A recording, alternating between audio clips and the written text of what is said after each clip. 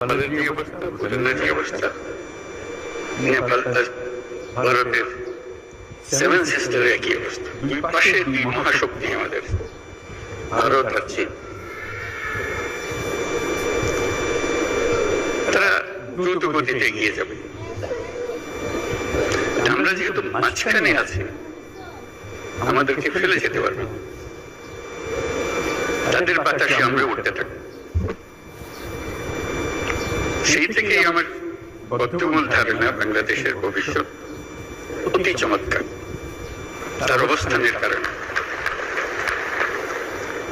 তখন দুই জায়ান্টের কথা বলেছিলাম, দুই মহাশক্তি। এখন আর দুই মহাশক্তির কথা বলি একই সঙ্গে, চার মহাশক্তি। আমাদের তো অপূর্ব সুযোগ, আমাদের সামনেই বিস্তীর্ণ মহাসাগর।